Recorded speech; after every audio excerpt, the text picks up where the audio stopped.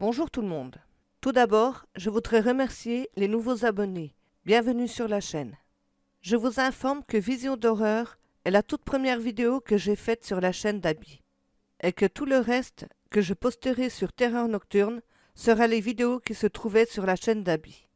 Je réupload à partir de maintenant en raison de 3 vidéos par semaine, à part pour la série La forêt maudite des sorcières, que je ressortirai une vidéo par jour. Je posterai aussi Entretien avec un tueur en série. Comme ça, vous pourrez profiter de la série complète. Cela va me prendre sans doute plusieurs mois, mais quand tout sera terminé, nous retomberons sur la dernière vidéo postée sur Terreur Nocturne, à savoir Mon univers. Et les vidéos reprendront normalement sur la chaîne de Terreur Nocturne. Voilà, je vous laisse. À très bientôt. Bon visionnage. Bye!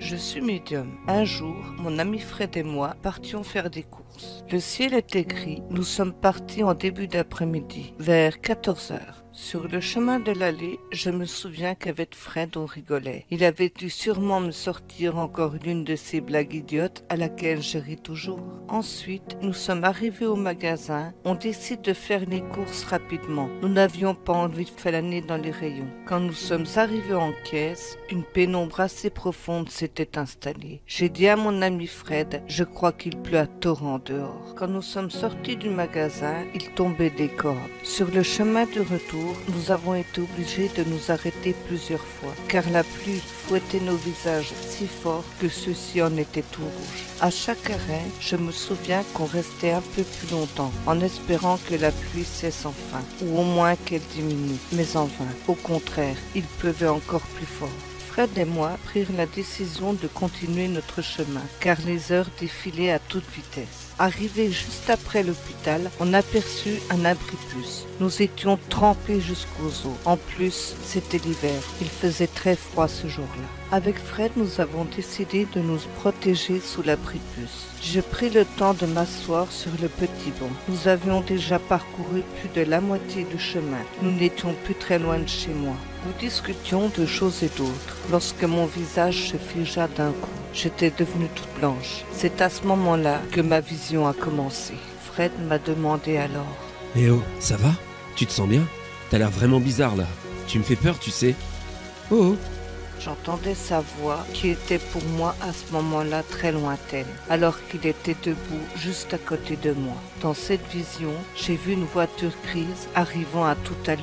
Elle perdit le contrôle et venait s'écraser dans l'abribus où nous étions. Nous n'avons rien pu faire pour l'éviter. La voiture percute alors mon corps violemment. Je tombe à terre. Quand les roues de devant me roulent dessus, je suis couché sur le ventre. Celle de l'arrière me passe dessus, retournant mon corps inerte sur le dos. Dans ma vision, j'étais en sang. Mon corps gisait à terre, tel un pantin désarticulé. Puis je voyais la voiture percuter Fred d'une telle violence que son corps était projeté pour s'écraser quelques mètres plus loin. Il atterrissa sur le sol d'une façon très bizarre. Ses jambes étaient repliées d'une manière vraiment peu commune. Il avait plusieurs fractures ouvertes. Je le savais car je voyais certains de ses os sortir de leur chair. Puis quelqu'un a vite appelé les secours, qui sont arrivés sur les lieux très rapidement, vu que l'abri de bus se situe juste derrière l'hôpital. Dans ma vision, mon sort était scellé. Je décédais sur le coup. La prise en charge de mon ami par les secours fut rapide. Mais dans ma vision, il décédait 58 minutes après son arrivée aux urgences. Quand je suis revenu à moi, j'étais abasourdi d'avoir eu cette vision ainsi que tous les détails. Des larmes coulaient alors sur mes joues. Fred me regarda d'un teint blafard. Il vit la terreur sur mon visage et me demanda. « Mais qu'est-ce qui s'est passé? Dis-moi, qu'est-ce que tu as vu? S'il te plaît, Je dis-moi. lui racontai alors rapidement ma vision, puis je lui dis de courir tout de suite de l'autre côté de la rue.